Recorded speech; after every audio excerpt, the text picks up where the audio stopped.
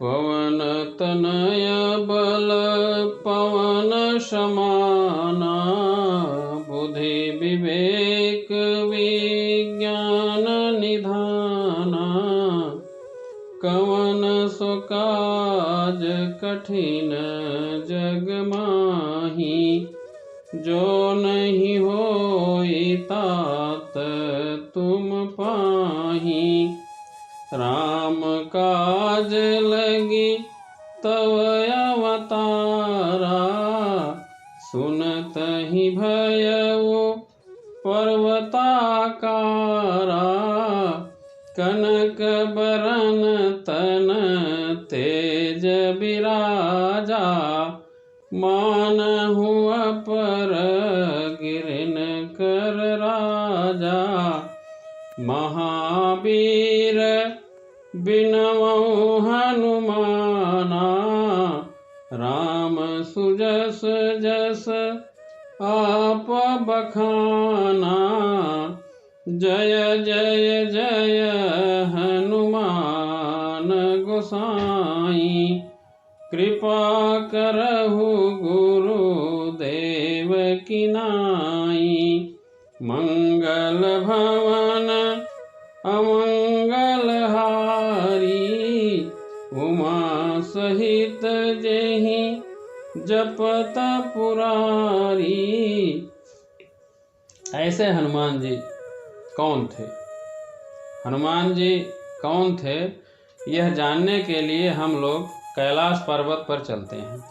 देवी पार्वती जी ने भगवान शंकर से कहा कि भगवान, आप अपने इस भक्त रावण को कैलाश आने से रोक दीजिए, वरना किसी दिन मैं इसे अग्नि में भस्म कर दूंगी।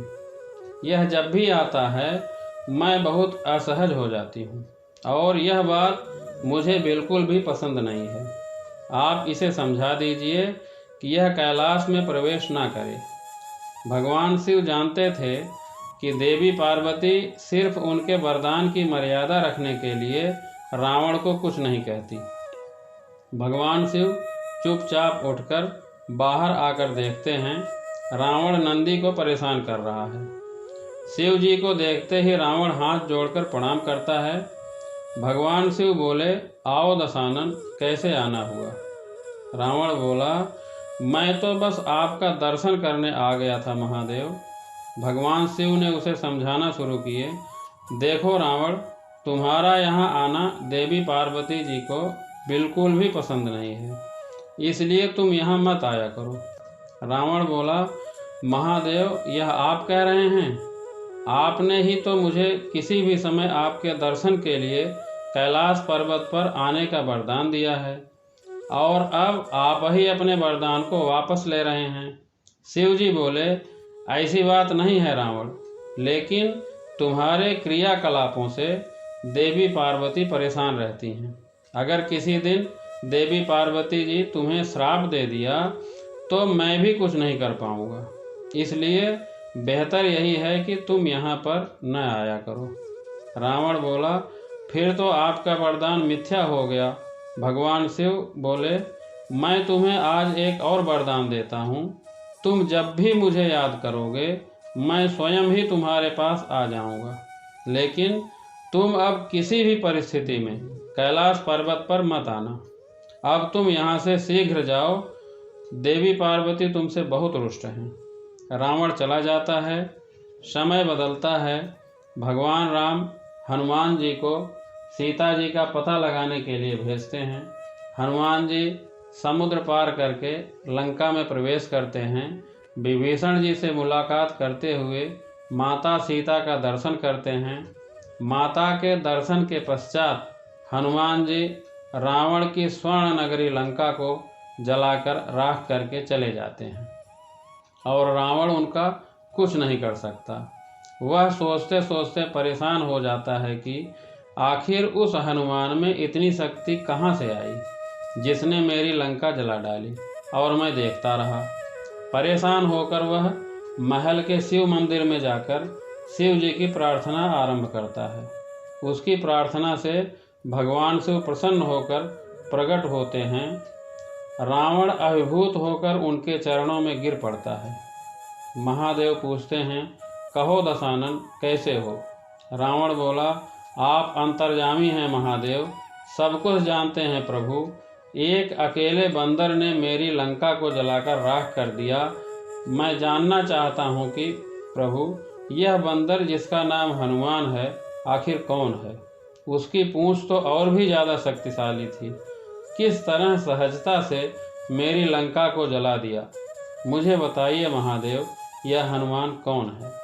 शिव भगवान मुस्कुराते हुए रावण की बात सुनते रहते हैं और फिर बताते हैं कि रावण, यह हनुमान और कोई नहीं, मेरा ही रुद्र अवतार है।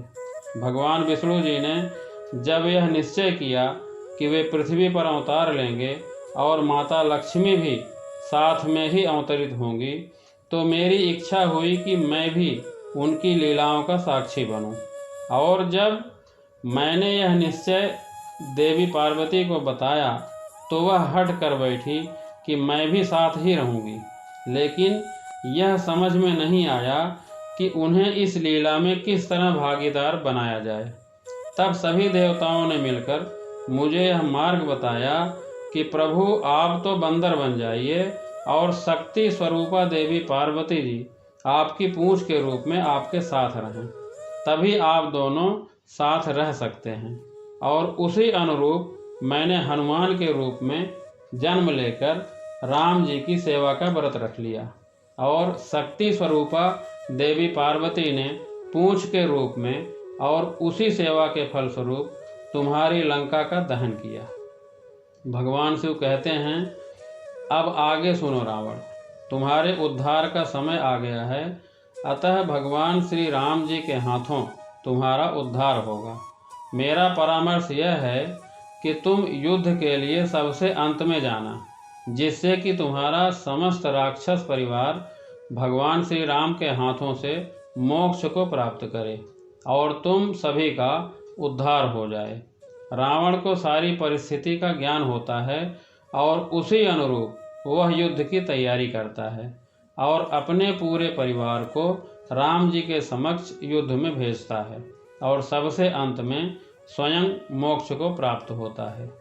जैसा श्री रामचरितमानस में भी लिखा है, खर दूषण वध के पश्चात रावण समझ गया था कि भगवान का अवतार हो गया है और उन्हीं के हाथों मोक्ष को प्राप्त होना है।